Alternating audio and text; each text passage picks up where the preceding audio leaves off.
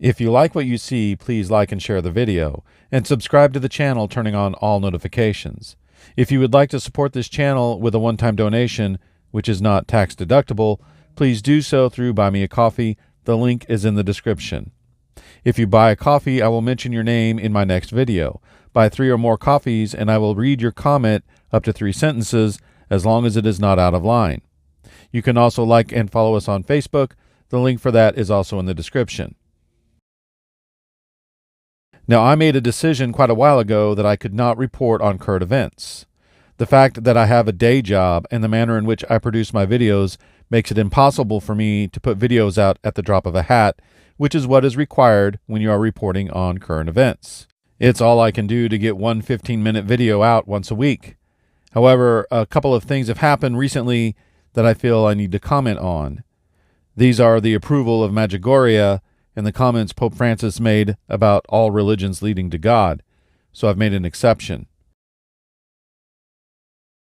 Medjugorje has received the highest approval under the new norms. Now, I haven't gone over the new norms in past videos very much, and I'm still not going to, at least not in depth, because it's confusing, and there are only 2 categories that really matter anyway. But first, let's look at the old norms. Under the old norms, there were 3 categories. Constat de supernatural, which confirms a supernatural origin. Non-constant de supernatural, which means the supernatural character could not be established and further investigation is needed.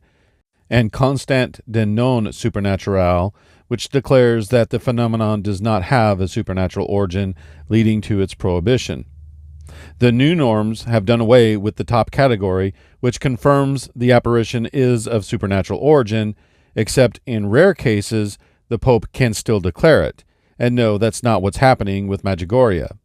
Other than those rare occasions, we still have the declaration that an apparition is not of supernatural origin, called Declaratio de non supernatural. Then we have 4 middle categories that are really confusing, that basically say, well, maybe kind of we should proceed with caution. And then the top category, which is nihil obstat, which means, and I'm quoting the document, without expressing any certainty about the supernatural authenticity of the phenomenon itself, many signs of the action of the Holy Spirit are acknowledged in the midst of given spiritual experience, and no aspects that are particularly critical or risky have been detected, at least so far. Medjugorje has just received nihil obstat. As you can see, this does not say Medjugorje is authentic, just that belief in and devotion to, even publicly, are allowed. So when your Medjugorje true believer friends and family come to you saying that Medjugorje is now approved and you have to accept it, no, you don't. You wouldn't have to, even under the old norms, when the church would explicitly say when an apparition was authentic. But nihil obstat does not say it's authentic, just that there is no obstacle to the faith, which isn't true in this case, but the point is nobody has to change their mind about Medjugorje. This, quote, approval of Medjugorje is in no way, shape, or form on the same level as apparitions such as Fatima and Lourdes, which have received full approval from the church and have been declared to be of supernatural origin. Not even close. Now, I have already said and still believe that one of the reasons for the changes to the, quote, norms for proceeding in the discernment of alleged supernatural phenomenon, as the document puts it, was so that they could approve Medjugorje without saying it was authentic. They couldn't do that under the old approval system.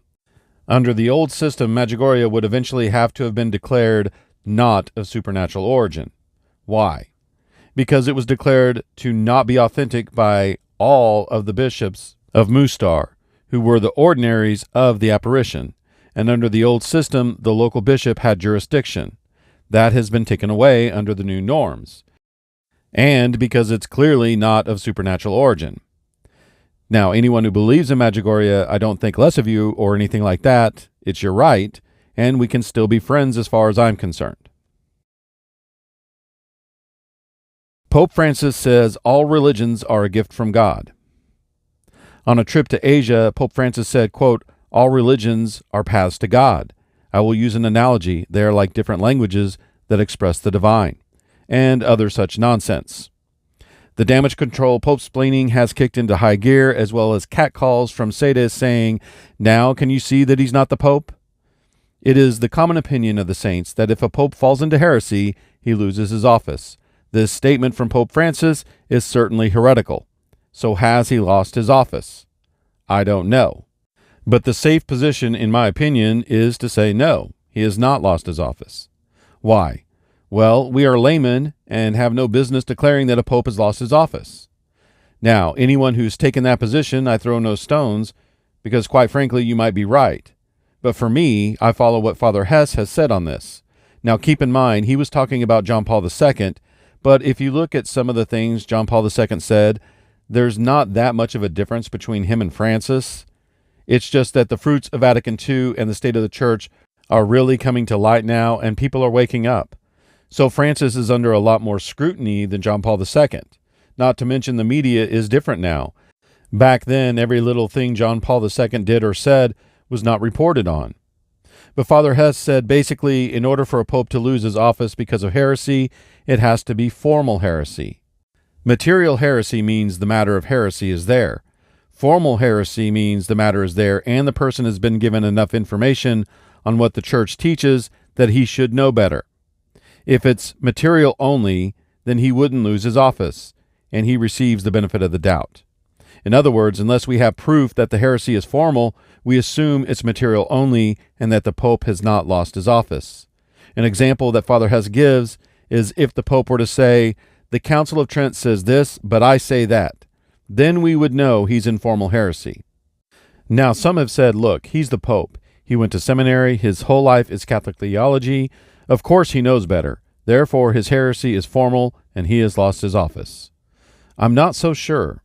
He is the first pope to go through the Novus Ordo. He was ordained a priest and consecrated a bishop in the Novus Ordo. And I'm not so sure that the seminaries weren't already corrupted by the time he was there. And of course, the authentic Catholic teaching has been in exile since the mid-60s. So I'm also not so sure that Francis isn't simply the product of the post-Vatican II Church. So those are my thoughts on these two current events in Catholicism. Until my next video, God bless.